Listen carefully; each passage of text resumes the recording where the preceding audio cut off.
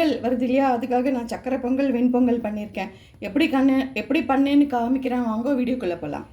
இப்போ வந்து பொங்கல் திருநாள் நெருங்கின்னு இருக்கு. எல்லாருக்கும் என்னோடய ஃப்ரெண்ட்ஸ் எல்லாருக்கும் பொங்கல் வாழ்த்துக்கள்.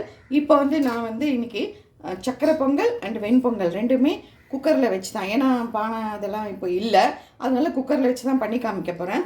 இப்போ நான் இந்த கப்பால் பார்த்திங்கன்னா 1 கப்பு வந்து பொங்கல் அரிசி மாவரிசி இருக்கு இல்லையா, அது எடுத்திருக்கேன்.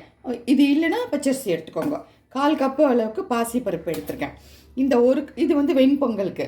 சக்கரை பொங்கலுக்கு வந்து இதால் 1 கப்பு வந்து மாவரிசி எடுத்திருக்கேன். இதுக்கு வந்து பாசிப்பருப்பு வேண்டாம். பாசிப்பருப்பு இது சேர்த்தா நீத்தா மாதிரி ஆகிடும், வெறும் ரைஸ் மட்டும் போதும்.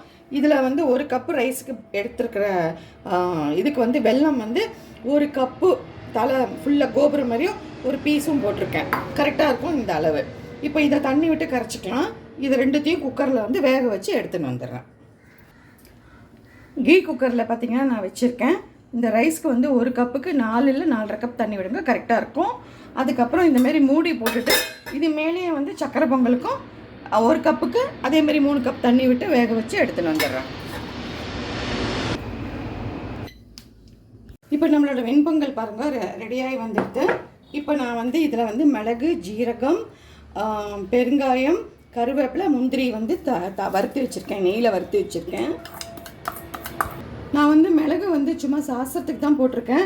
நிறையா போட்டால் எல்லாருமே வந்து எடுத்து வச்சிடுறா, அதனால் வந்து வறுத்து எடுத்த ஒரு மிளகு ஜீரகம் அது வந்து கொஞ்சம் போட்டுக்கிறேன். இப்போ வந்து எல்லாம் கலந்துட்டேன், உங்களுக்கு பிளேட்டிங் காமிக்கிறேன். இப்போ சாதம் நல்லா மசிஞ்செடுத்து வெல்லம் பாருங்கள் கரையை வச்சு வடி வச்சுருக்கேன். இதில் கொட்டி கட்டி இல்லாமல் ஃபஸ்ட்டு நம்ம கலந்துடலாம். முந்திரி, திராட்சை, ஏலக்காய் எல்லாம் கடைசியாக போடலாம்.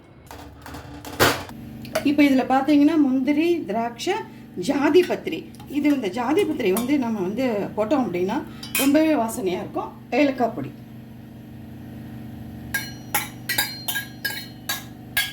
இது ரெடியாக எடுத்து உங்களுக்கு டிஸ்பிளே காட்டுறேன்.